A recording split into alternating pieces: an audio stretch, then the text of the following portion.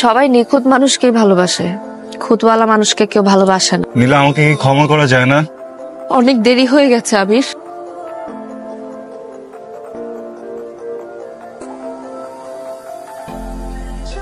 এভাবে কি দেখছেন? না, আমি কাজ কাজ করছিলাম। ভাবছেন পিছনে না তাকে কিভাবে বুঝলাম? মেয়েদের পিছনে একজোড়া চোখ থাকে, কে তাদের দিকে কিভাবে তাকায় সেটা তারা দেখতে পায়।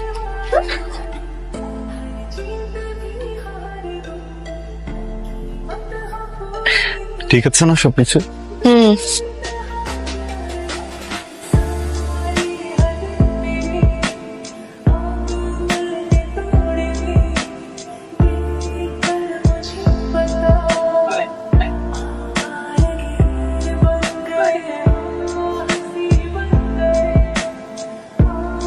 এই ভাই, এদিকে আসেন। আপনি কি ক্যাম্পাসের? জি না। বহিরাগত? জি। ক্যাম্পাসে কি করেন? ক্যাম্পাসে খুঁজছি একজনকে। কে এসে বলেন? না বলি? এই বুঝছি ভেজাল আছে। ওরে ধর, এটা ওই গ্রুপের পোলা। ধর সবই ক্যাম্পাসে গিয়ে। তুই চিনিস নাকি? হ্যাঁ চিনি তো, আমার ফ্রেন্ড। আপনি নীলার ফ্রেন্ড, এই কথাটা আগে বলবেন না? সরি, আমার ভুল হয়েছে। কিছুদিন আগে আপনার মতো কিছু বহিরাগত আমার মতো? মানে বহিরাগত। আচ্ছা। বহিরাগত এসে আমাদের ক্যাম্পাসে কিছু মেয়েকে খুব বাজেভাবে ডিস্টার্ব করছে। কিন্তু আপনি এখানে কেন? আমার সাথে দেখা করতে আসছেন? না না না, আমি তো যে ক্যাম্পাসে আসছিলাম প্রফেসরের সাথে দেখা করতে। Mister Mamun, professor Mamun. Mamun sir. English department? জি। আপনাকে মনে হয় সেদিন বলি নাই না, আমি ইংলিশ ডিপার্টমেন্টের। শিট। আর আমাদের ডিপার্টমেন্টে মামুন নামে তো কোনো স্যার নেই।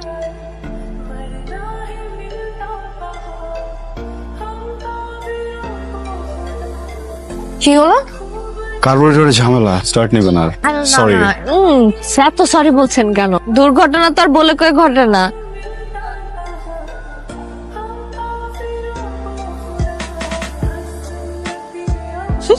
আপনি আমার পায়ের দিকে তাকিয়ে আছেন কেন? পা খুব সুন্দর আপনার। এত কিছু রেখে আমার পা সুন্দর লাগলো আপনার? ছেলেদের মন যেমন পেটে থাকে না, পেট ভরলে মন শান্ত, মেয়েদের মন থাকে পায়ে। কার মন কত পরিষ্কার, সে তার মনের যত্ন কিভাবে নেয়, সবকিছু পা দেখলে বোঝা যায়। আর আমার এই জন্য পাটাই বেশি পছন্দ।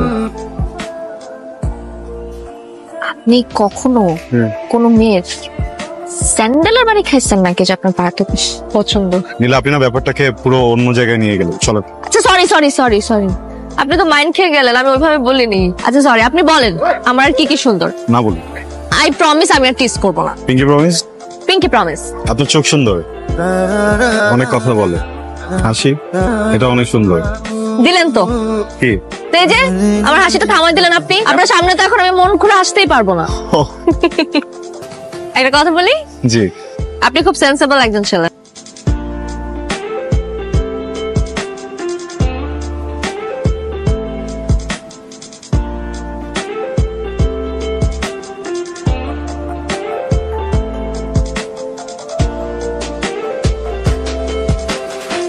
কিরে, ডুবে ডুবে জল খাওয়া হইতেছে কতদিন ধরে? তুই কোন আসছিস? আমার কথার উত্তর আগে দে। এসব কাহিনী চলতেছে কতদিন ধরে?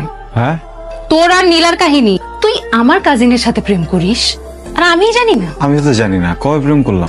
তোমরা যে ঘুরে ফিরে বেড়াও, রেস্টুরেন্টে খাও, বাইকে চড়ো, মানে তোমরা দেখো না দেখে কেউই দেখে না তোমাদেরকে। তুই কি ওকে পছন্দ করিস? তুই ওকে ভালোবাসিস যে এটা তুই বলছিস ওকে? ও তোকে বলছে? তুই বলতেছিস না কেন? ভালোবাসার সময় না তো সবুর করতে হয়, সবুরে অনেক সময় মেওয়া পচে যায়। সো যা বলার তাড়াতাড়ি বল।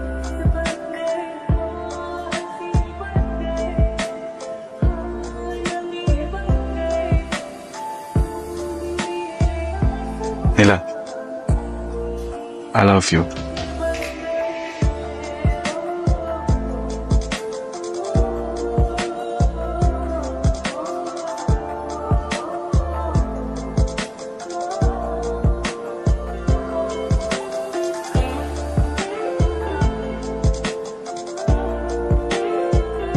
কাল ওইভাবে ওইখান থেকে চলে আসাটা আমার ঠিক হয়নি। I am sorry. উল্টা আসলে আমার ছিল, আমার ওইসব বলাটা ঠিক হয়নি। আপনার সাথে আমার কিছু কথা আছে। বলো। সরি, বলুন। এর আগেও আমার সাথে আরো অনেকেই সম্পর্কে জড়াতে চেয়েছে, কিন্তু কিন্তু সবাই মাঝপথে এসে থেমে যায়। কেন? খুব ছোটবেলায় আমার একটা অ্যাক্সিডেন্ট হয়েছিল, কিভাবে সেটা বড় কথা না, আমি কোনোদিন মা হতে পারবো না। প্রেম করা আর প্রেমে পড়া এগুলো খুব সহজ একটা ব্যাপার। আমি না এরকম কোনো সম্পর্ক চাই না যেখানে আপনার সাথে আমার কখনো দেখা হলে পরিচয় দিতে হবে যে আপনি আমার ex। আমি এমন একজন পার্টনার চাই যে সবকিছু জেনে বুঝে মেনে আমার সাথে থাকবে। পারবেন আপনি বিয়ের পরও সন্তান ছাড়া থাকতে পারবেন? যখন অনেক অনেক কথা শোনাবে সবকিছু মেনেও আমার সাথে ভালো থাকতে? খুব কঠিন প্রশ্ন করে ফেললাম না?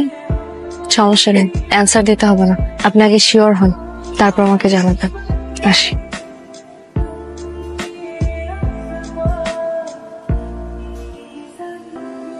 কিরে, তোকে এমন দেখাচ্ছে কেন? কিছু না। কি হয়েছে বলতো? না, ওই একটা ব্যাপার নিয়ে একটু ভাবছিলাম। আমার একটা ফ্রেন্ড হ্যাঁ, হঠাৎ করে একটা প্রশ্ন করেছে, কি উত্তর দিব বুঝতে পারছি না। ও একটা মেয়েকে অনেক ভালোবাসে, বুঝছো? মেয়েটাও ওকে ভালোবাসে। দুজন যখন দুজনের সাথে থাকে না, ওরা ওরা খুব ভালো থাকে। ফ্রেন্ডের বিয়ে ঠিক হয়েছে। হঠাৎ করে ফ্রেন্ডটা জানতে পারে যে ওর সেই ভালোবাসার মানুষটা ছোটবেলায় একটা অ্যাক্সিডেন্ট করেছিল। ডক্টররা বলেছে ও কখনো মা হতে পারবে, কখনো বাচ্চা হবে না। ফ্রেন্ডটা আমাকে জিজ্ঞেস করছিল যে ওর কি করা উচিত। তাহলে তো খুব মুশকিল। সলিউশন নেই কোনো। মানে বিয়েটা কি বল? বিয়ে হচ্ছে মানে একটা ফ্যামিলিকে আগে বাড়িয়ে নিয়ে যায়, বংশের একটা ব্যাপার। একটা ছেলে যখন বিয়ে হয়, তার বাচ্চা কাচ্চা হয়, ফ্যামিলিতে নাতি নাতনি আসে, হয় বংশটা আগে বাড়ে, তাই না? আমাকে যদি বলিস তাহলে কিন্তু আমি এই ব্যাপারে কখনোই রাজি হতাম না। আর ভালোবাসায় আচ্ছা, তুই না কি সমস্ত প্রশ্ন করে আমার মাথাটাই গন্ডগোল করে দিস। মা, গেট খুলো। আরে কি কি হয়েছে? আমার সব শেষ হয়ে গেছে মা, ওরা আমাকে বের করে দিচ্ছে। কেন? আমি কোনোদিন মা হতে পারবো না। নীলা, কথা বলার ছিল। নীলা,